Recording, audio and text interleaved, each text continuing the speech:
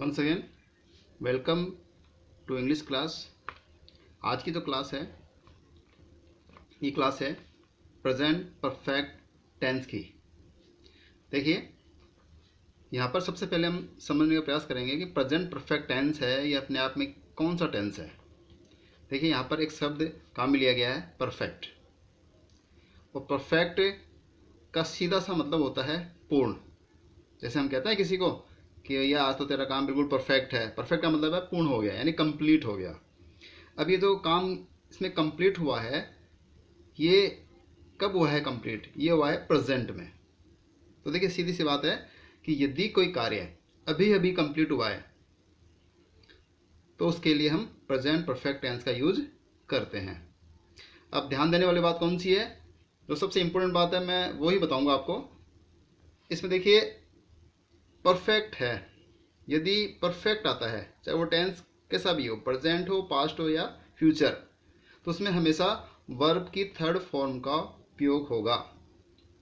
अब आपको ये तो पता ही होगा कि जो वर्ब है उसके तीनों फॉर्म कौन कौन सी है। ये थोड़ा सा हम डिस्कस कर लेते हैं शॉर्ट वे में। देखिए फॉर एग्जांपल एक वर्ब लिखी हुई है प्ले, ठीक है। प्ले वर्ब की फर्स्ट फॉर्म है। अब इसकी सेकंड फॉर्म बनाएंगे तो क्या बन जाएगी? प्लेड बन जाएगी। लास्ट में लगा देंगे, ईडी लगा देंगे, तो ये वर्ब की सेकंड फॉर्म हो गई। उसी प्रकार प्लेड वापस ये हो गई वर्ब की थर्ड फॉर्म। तो आप कह सकते हो कि जो प्ले है उसकी सेकंड फॉर्म प्लेड होती है और थर्ड फॉर्म भी क्या होती है? प्लेड ही होती है। और इनका नाम क्या है? देखिए जो वर्ब की फर्स्ट फॉर्म है ये होती है प्रेजेंट फॉर्म में होती है। जो सेकंड फॉर्म होती है वर्ब की ये होती है पास्ट फॉर्म में, और जो वर्ब की जो थर्ड फॉर्म होती है उसे बोलते हैं पास्ट पार्टिसिपल। ये तीन आप ध्यान रखोगे। अब आगे देखते हैं। सबसे पहले बात कर लेते हैं इसके पहचान की। पहचान में ध्यान रखोगे आप। देखिए हिंदी वाक्य के अनुसार पहचान इसमें बताई जाती है। तो हिंदी वाक्य के अंत में यदि, चुका है, चुके हैं, चुकी है, या फिर देखिए कुछ और शब्द में लिख रहा हूं ये भी आते हैं कभी कभी, जैसे या है, ध्यान रखोगे आप। ये हैं, यदि ये आते हैं तो आपका जो सेंटेंस है ये प्रेजेंट परफेक्ट टेंस में होगा। अभी देखिए इसका जो एग्जांपल है ये भी आप समझोगे। एग्जांपल से मैं बाजार जा चुका हूँ, अब देखिए इसमें लास्ट में लग गया चुका हूँ, लग गया, ठीक है। इसी प्रकार इसी वाक्य को मैं ऐसे बोल सकता हूँ, मैं बाजार चला गया हूँ। तो ऐसे कुछ और भी वाक्य हैं, जैसे मैंने मेरा काम खत्म कर लिया है, ठीक है, ऐसे वाक्य। तो हम सीधा देखिए आगे चलते हैं। हम बात करेंगे इसकी अंग्रेजी कैसे बनाएंगे। तो वही है सिंपल वे, मैंने आपको पहले बताया था, वही अफर्मेटिव सेंटेंस है, सीधा सा फॉर्मूला है। याद रखने का तरीका मैं दोबारा बता रहा हूँ आपको, SVO। फर्क इतना ही है, इसमें जो HV है ये कौन सी काम में ले रहे हो, और जो मैन वर्ब है उसका कौन सा फॉर्म काम में ले रहे हो। शुरुआत करते हैं। देखिए शुरुआत किससे होती है? सब्जेक्ट से होती है। सब्जेक्ट के बाद में क्या लगाओगे? वही है HV आ गई तो इसके बाद में क्या आएगा? MV आ जाएगा, और लास्ट में क्या आ जाएगा? O आ जाएगा। अब देखिए O को आप ऑब्जेक्ट या अदर कुछ मान सकते हो। अब हम बात करते हैं इसमें हेल्पिंग वर्ब की। हेल्पिंग वर्ब के रूप में इसमें दो ही वर्ब काम आती है, हैज और हैव। आपको ये भी ध्यान रखना है कि हैज में कितने अक्षर हैं? 3 है। हैव में कितने हो गए? 4 है। तो इसमें देखिए आपको समस्या नहीं आएगी।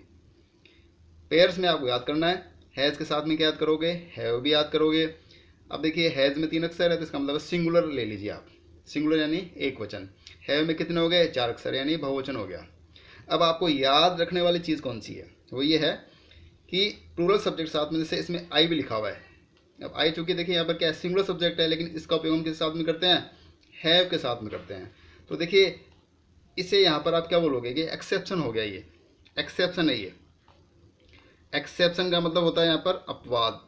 और ध्यान रखोगे इंग्लिश में जो अपवाद होते हैं वो ही रूल होते हैं। रूल्स उन्हें ही कहते हैं, उन्हीं को ही आपको ध्यान में रखना है। मैं तो ये कहूँगा आपको सिर्फ ये ध्यान रखना है कि हैव किसके साथ में आता है? आई के साथ में आता है। बाकी हैव आपको खुद बता रहा है कि मैं किसके साथ में आऊँगा? प्लूरल सब्जेक्ट के साथ में। ठीक है, हो गया क्लियर? अब देखते हैं। देखिए इसी प्रकार यदि आपके जैसे ये अफर्मेटिव सेंटेंस का मैंने बताया था, यदि ये आपके पूरा समझ में आ जाता है तो उससे ये आप नेगेटिव बना सकते हो, इंट्रोगेटिव बना सकते हो और इंट्रोनेगेटिव बना सकते हो। तो देखिए आगे देखिए अफर्मेटिव सेंटेंस है, कुछ एग्जांपल्स है इसमें। उसके पिताजी खाना खा चुके हैं, कैसे बनाएंगे? अफर्मेटिव है तो उसके पिताजी क्या हो गया? सब्जेक्ट हो गया। सब्जेक्ट के बाद में देखिए वर्ब कौन सा है इसमें? खा। और चुके हैं तो क्या हो गया? पहचान हो गया। अब देखिए खा से बन गया खाना। अब खाने की अंग्रेजी क्या होती है? ईट होती है। तो पहले देखिए हिज फादर, उसके बाद में क्या आएगी? हेल्पिंग वर्ब आएगी। हेल्पिंग कौन सी आएगी? हैज आएगी, क्योंकि यहाँ पर हिज फादर क्या हो गया? सिंगुलर सब्जेक्ट है। अब आगे देखते हैं। अब देखिए यहाँ पर खाना की अंग्रेजी क्या होती है? ईट होती है।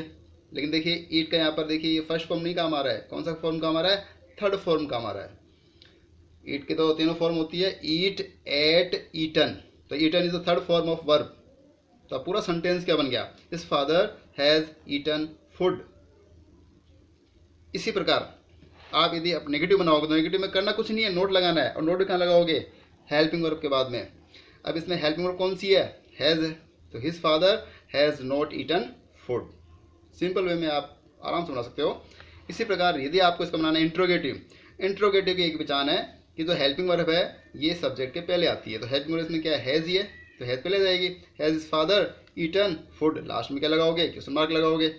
हो गया क्लियर? अब देखिए आगे देखिए इसका बनाते हैं इंट्रोनेगेटिव, यानी इंट्रोगेटिव भी है, यानी हेल्पिंग वर्ब पहले भी आ रही है, हैज हिज फादर, और नेगेटिव भी है तो नोट भी लगाएंगे। Has his father not, not का लगाएंगे सब्जेक्ट के तुरंत बाद में। Has his father not eaten food, ये हो गया इंट्रोनेगेटिव सेंटेंस। तो देखिए बहुत ही शॉर्ट में मैंने आपको बताया, ये बहुत ही छोटा सेंटेंस है, ज़्यादा लंबा चौड़ा सेंटेंस नहीं है। अब इसमें जो आपको और बातें मैं बता रहा हूँ जो आपको ध्यान में रखना भी है कॉम्पिटिटिव एग्जाम के अनुसार। तो देखिए आपको ध्यान रखना है, कुछ यहाँ पर वर्ड लिखे हुए हैं जिन्हें कहते हैं एडवर्ब। कुछ एडवर्ब्स मैंने यहाँ पर लिखी हैं, ever, never, already, just, yet, recently, up to now, since, oblique for. देखिए सिंस फॉर का उपयोग इसमें भी होता है प्लस टाइम के साथ में, ध्यान रखोगे आप। सिंस फॉर का उपयोग परफेक्ट टेंस में भी होता है और परफेक्ट कंटिन्यूअस टेंस में भी होता है। अब देखो इसमें एक एग्जांपल लिखा हुआ है कि Ram has already gone to bed. कई बार होता क्या है कि जैसे ऑलरेडी शब्द दे देते हैं, ऑलरेडी शब्द देने के बाद में आपसे ये पूछ लेते हैं यहाँ क्या आएगा, तो सीधी सी बात ऑलरेडी का मतलब परफेक्ट टेंस है, तो क्या हो जाएगा? हैज़ हो जाएगा यहाँ पर। तो ये हो गया आपके प्रेजेंट परफेक्ट टेंस। देखिए ज़्यादा लंबी चौड़ी क्लास नहीं है ये, क्योंकि ये टेंस बहुत ही सिंपल है। अब मिलेंगे अगली क्लास में।